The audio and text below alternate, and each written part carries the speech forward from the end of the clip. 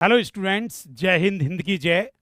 मैं जितेश पारासर, आपके देसी गुरुजी, आपका स्वागत करते हैं केजीएस पर, एक ऐसे टॉपिक के साथ जिसके टाइम आज बच्चा बहुत परेशान है कि सर नीट की तैयारी कर रहे हैं और साथ साथ में 12वीं क्लास में हैं। 12th क्लास और नीट को आपस में कैसे संतुलित करें, कैसे बैलेंस करें।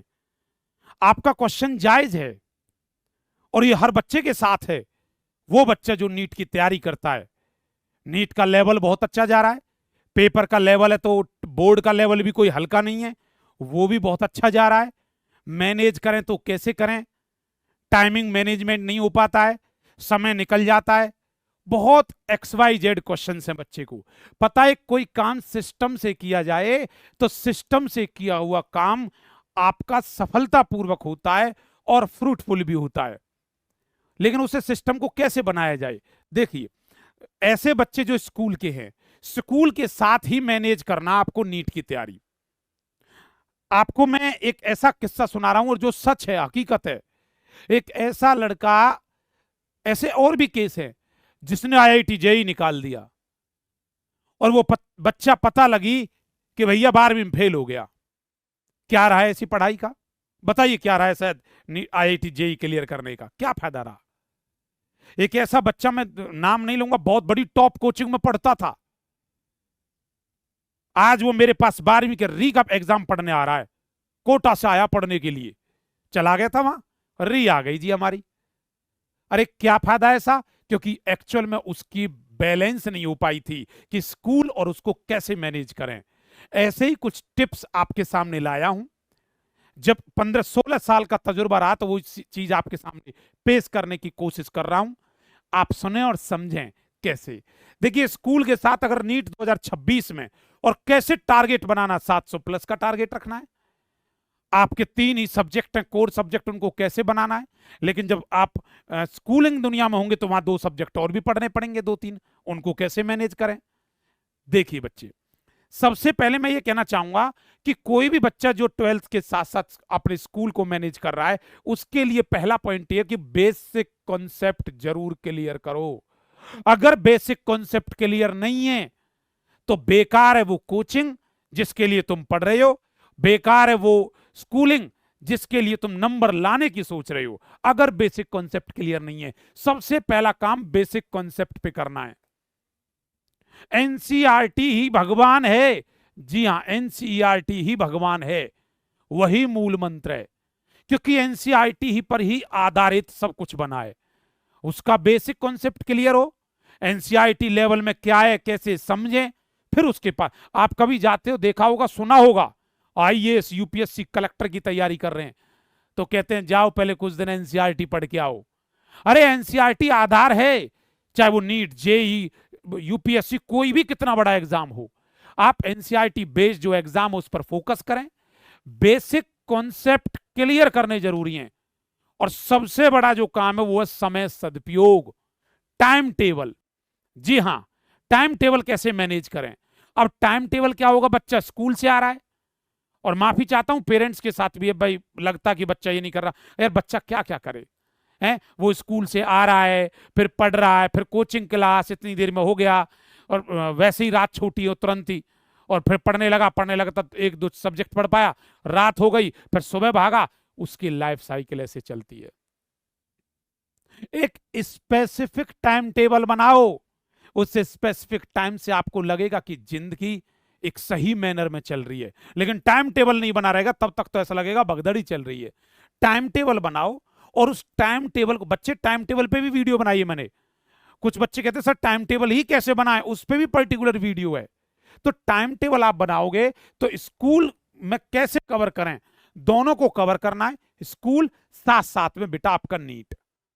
तो उसका ऐसा टाइम टेबल बनना चाहिए।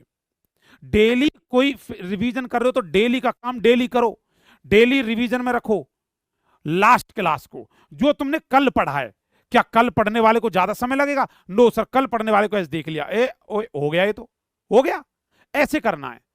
फिर अगली जो पढ़ रहे हो उस पर फोकस करना है, लेकिन लास्ट वाले से ताल्लुकात जरूर जोड़ना है।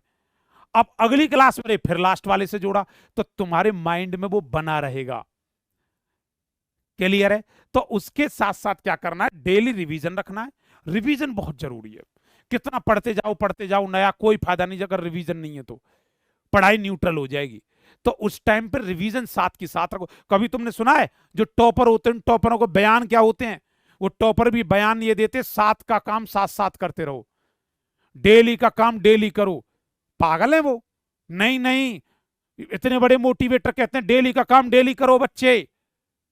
क्यों करो? क्योंकि डेली का काम डेली करने से वो तरोताजा रिवीजन रिवीजन बना रहता है और आपको लगता है कि पढ़ाई यहां है। वरना पढ़ोगे, आज पढ़ोगे, एक हफ्ते बाद गायब, क्या पढ़ा था कुछ पता ही नहीं है। तो बच्चे डेली का काम डेली करो। फिजिक्स को हल्के में ना लें। जी हाँ, ये पॉइंट आखिरी पॉइंट हल्का पॉइंट नहीं है, पॉइंट ही भारी है, क्योंकि फिजिक्स भी भारी है। फिजिक्स को हल्के में कतई ना लें। अरे हो जाएगी, चल जाएगी, ये और वो है।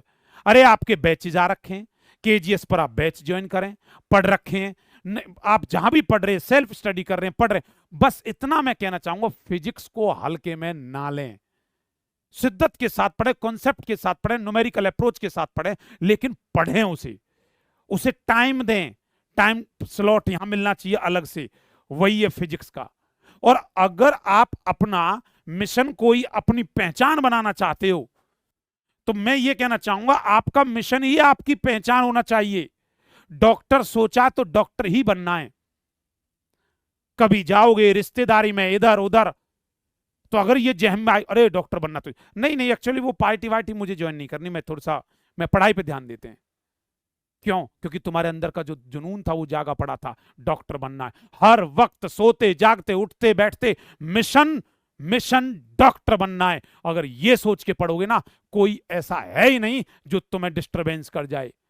फिर कभी जीवन में तुम्हें वो वीडियो नहीं देखनी पड़ेगी, सर पढ़ाई से डिस्ट्रैक्ट हो जाते हैं।